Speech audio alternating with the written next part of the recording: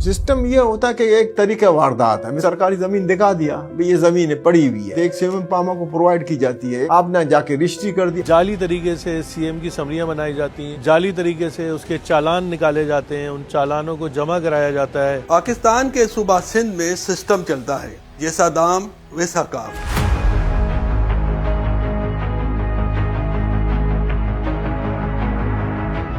अरबों का खेल है, बरसों से जारी है, लेकिन अब एक नया भांडा फूटा है।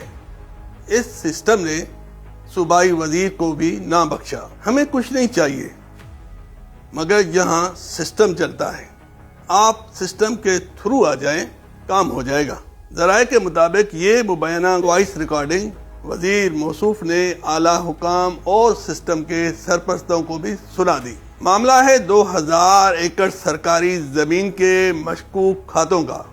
लेकिन हुआ क्या? सिर्फ एक सेक्रेटरी का तबादला। 18 मार्च 2026 secretary land utilization Mohammad Saleem Baloch को हटा दिया जाता है।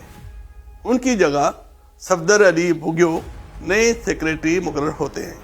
लेकिन उससे चंद रोज पहले वजीर आला सिंध सैयद मुराद अली शाह सिंध काबीना के इजलास में खुलेआम secretary land utilization Mohammad Saleem Baloch पर सख्त बरहमी का इजहार करते हैं।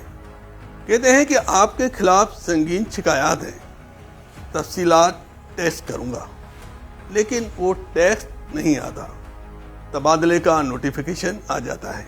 असल मामला है जिला ठट्ठा की 2000 एकड़ से जायद जमीन के खातों की रेवेन्यू रिकॉर्ड में री राइटिंग के 19 केसेस का, जो डिप्टी कमिश्नर और जिला रेवेन्यू ऑफिसर से मंजूर होकर बोर्ड ऑफ रेवेन्यू में हतमी मंजूरी के लिए आते हैं।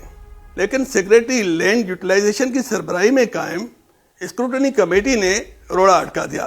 कहती है कि पहले महकमा जंगलात से एनओसी ले ली जाए, क्योंकि शुबा है कि ये जमीन दरअसल प्रोटेक्टेड फॉरेस्ट का हिस्सा है और महकमा जंगलात की मिल्कियत है, जिसे जाली खातों के जरिए प्राइवेट खातोदारों के नाम किया जा रहा है। ज़राए के मुताबिक इस जमीन में जिला ठट्ठा के एक बाअसर खानदान और सूबाई वजीर की दिलचस्पी है। अगर ये जमीन वाकई सरकारी है तो क्या कब्जा गिरों और जाली खाते बनाने वालों के खिलाफ कोई कार्रवाई होगी?